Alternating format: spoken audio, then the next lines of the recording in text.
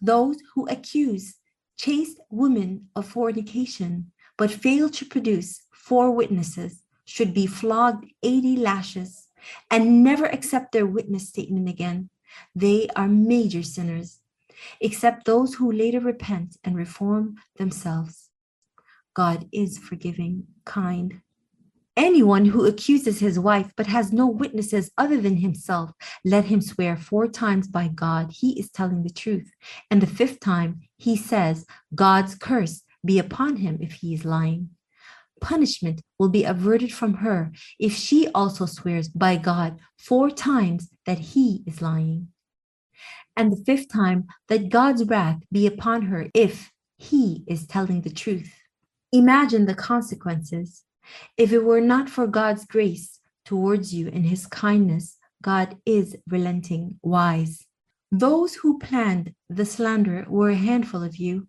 Don't consider it bad for you. In fact, it's good for you. Each person among them will bear the consequence of his part in the sin.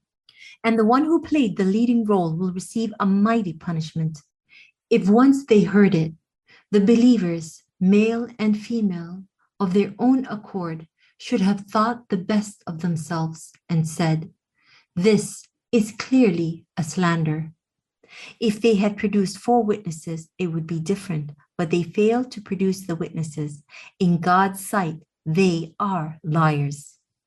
Were it not for God's grace towards you and his kind treatment in this world and the hereafter, then a mighty punishment would have affected you all because of the rumor you rushed to spread.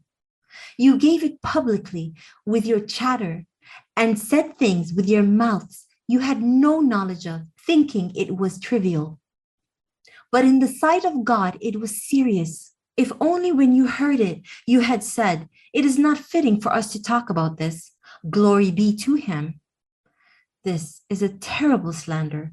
God warns you, never repeat such behavior again if you are believers. God is explaining the verses for you. God is knowing, wise.